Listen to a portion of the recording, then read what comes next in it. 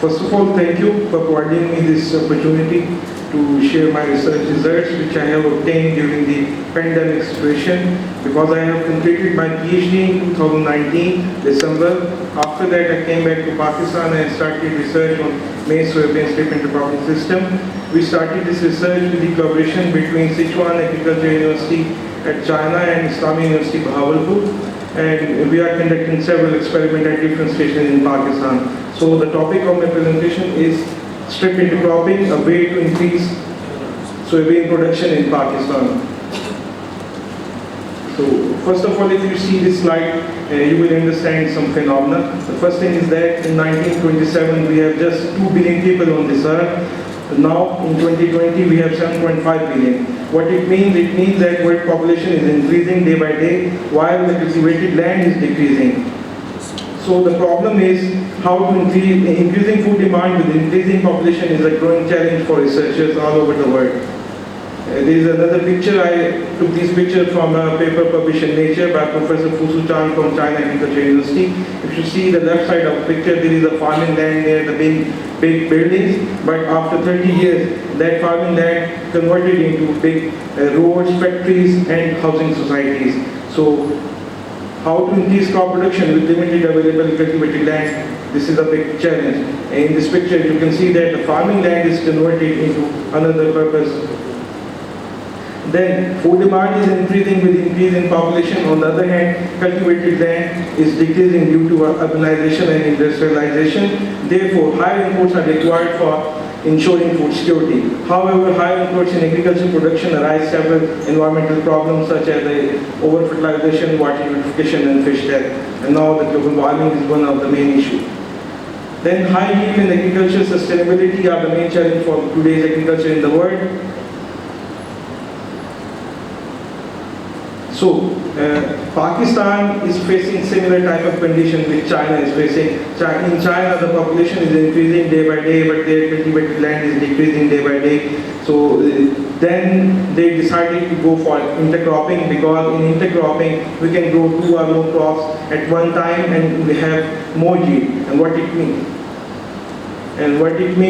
We can get high land equivalent ratio. So in China and all over the world, there are 200 intercropping systems which are playing an important role in food production. But in 200 intercropping systems, the most 2 important cropping systems are maize soybean intercropping system and maize potato intercropping system. So these are some pictures of different intercropping systems which are being used in China and all over the world. So, as I have mentioned, the main 2 intercropping systems are maize potato intercropping system and maize bean intercropping system. But in maize potato intercropping system, yes, we can obtain high crop yield, but it has some trade-offs such as the decreased soil fertility, it requires more inputs, and it is unsustainable. While the maize bean intercropping system are the sustainable intercropping system, they require less inputs such as the nitrogen application, and it can improve soil fertility and productivity.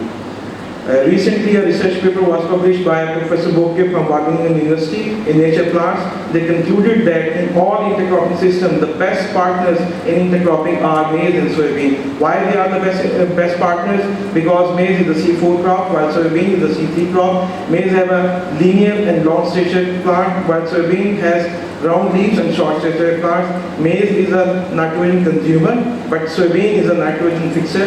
Then maize is rich in starch, while soybean is rich in protein and oils also. So why these crops are the best performing crops all over the world? There are some reasons, because both crops require same water, temperature, and light requirements. Both crops are grain crops and can easily be sown and harvested simultaneously, as they have the same growing season. So now I will come back to my PPT. In Pakistan, we are importing soybean almost 300 to 400 billion rupees every year from other countries. And our poultry industry is growing at a 10% rate. If we did not start to grow soybean in Pakistan, then in few years we will equal the import with edible oils. So we need to, this is the best time to introduce soybean in Pakistan, and we need to increase the soybean production in Pakistan. But if we increase the soybean area in Pakistan, it will decrease the cultivation area of other crops. So whilst intercropping is important for soybean production in Pakistan, first, if we increase the planting area of soybean, it will decrease the planting area of other major crops such as cotton and maize. And if the cultivation of soybean in soil cropping system is less profitable as compared to other major crops. In Pakistan, we do not have a high yielding soybean varieties. If we encourage the farmers to sow soybean as soil cropping system, it is just giving them 12 to 15 months per acre, which is not economical as compared to maize, sugarcane, and other crops. Then every year Pakistan is importing large amount of soybean seed and meal for food and feed industries, which is increasing our import bill, low soil fertility and productivity due to the continuous cultivation of soil crops. In soil crops, we are cultivating continuously exhaustive crops such as the maize, wheat, then sugarcane and cotton. Benefits of strip intercropping system. The pictures which you are seeing in this PPT, all are my experiments picture which I conducted in China and Pakistan in different districts. You can see the growth of maize and soybean also in these pictures. If we go for strip intercropping system of cereal and legume, then we can increase land use efficiency, water use efficiency, and radiation use efficiency.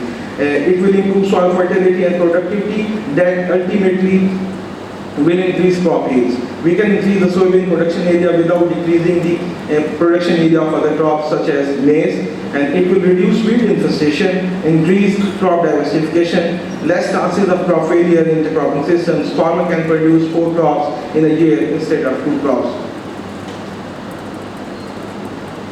Then, as I have told you, during the pandemic situation, I have conducted several experiments on strip intercropping system in Pakistan. Here I will share the results of 2 locations, one in Bihari district and other is the Bahawalpur district. Both experiments we have done in spring season. The average maize we obtained in strip intercropping system was 8.2 tons per hectare with strip intercropping technology, while soybean we obtained 1.8 tons with strip intercropping technology. Here the important thing is that we use the Chinese variety Nando 12. It gives 1.8 tons. In the next demonstration slide, we use the Pakistani variety, and you will see the difference in maize yield, soybean yield. Maize soybean strip intercropping system achieved the land equivalent ratio of 1.05 compared to soil cropping system. A slight yield loss of maize in intercropping technology has compensated with high yield of soybean. Then the second location, maize was, we obtained maize 8.6 tons per hectare. Soybean here we use NARC's variety 16, and the yield you can see we obtained 1.3 tons with intercropping technology. Maize soybean strip intercropping technology here achieved the land equivalent ratio of 1.47. Now what is the land equivalent ratio? What land equivalent ratio means if we grow maize on 1 acre and we obtain 100 months. If we adopt the strip intercropping technology, we can obtain 147 months per acre. This is the meaning of land equivalent ratio. Then numerous farmers showed interest in learning our technology to produce maize and soybean simultaneously with reduced inputs.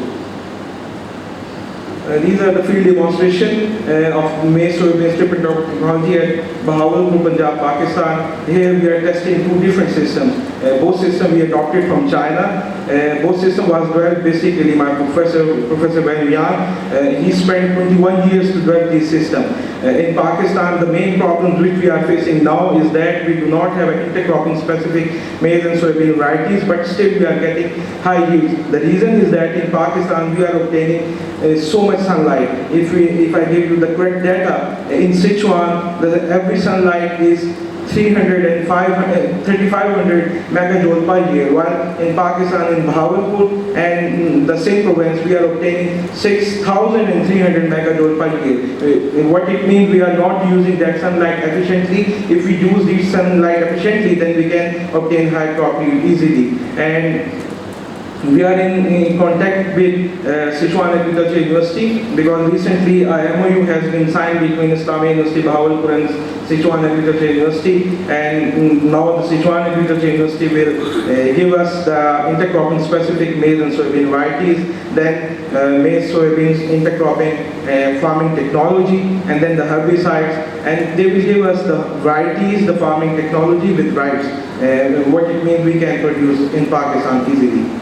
And then I did some economic analysis. If farmers adopt our strip intercropping technology, they can obtain $124 per hectare more with strip intercropping technology as compared to sold maize. And if they go for sold soybean, they can obtain almost $620 per hectare.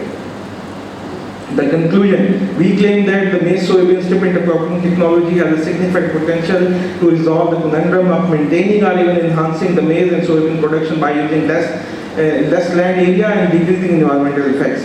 For instance, in 2020, soy maize was cultivated on 3.5 million acres in Pakistan and produced 7.2 million tons of maize. If we just replace the soy cropping system of maize with our new strip intercropping technology, then we can produce 6.1 to 6.5 million tons of maize along with 0.9 to 1.3 million tons of soybean. Presently, Pakistan is importing 1.7 to 1.9 million tons of soybean from other countries. With this new technology, we can reduce our import bill by 76% by locally producing the soybean up to 0.9 to 1.3 million tons. Then notably, soybean is valued at 3 times the value of maize in the local market. Thank you very much. You all are welcome to Sichuan Agriculture University and Islamic University Bahawalpur. Thank you, Dr. Muhammad Ali Raza. Very exciting idea. He speaks about harvesting solar energy. He thinks that we have too much of sunshine, and our conversion of sunshine into the chemical energy, the weight that we harvest is inefficient. So the scheme he's trying to present is very exciting in the sense that we are an energy deficient country, and any way of harvesting renewable energy, free energy, are to be looked at, and this thought process is not yet anywhere in the system. We're talking about solar panels. We're not talking about solar harvesters in the form of chlorophyll. Chlorophyll is the biggest solar harvester on the earth. So he's talking about putting more chlorophyll in the field, in a geometry, in a design by which maximum incidence of light gets trapped by the chlorophyll molecules.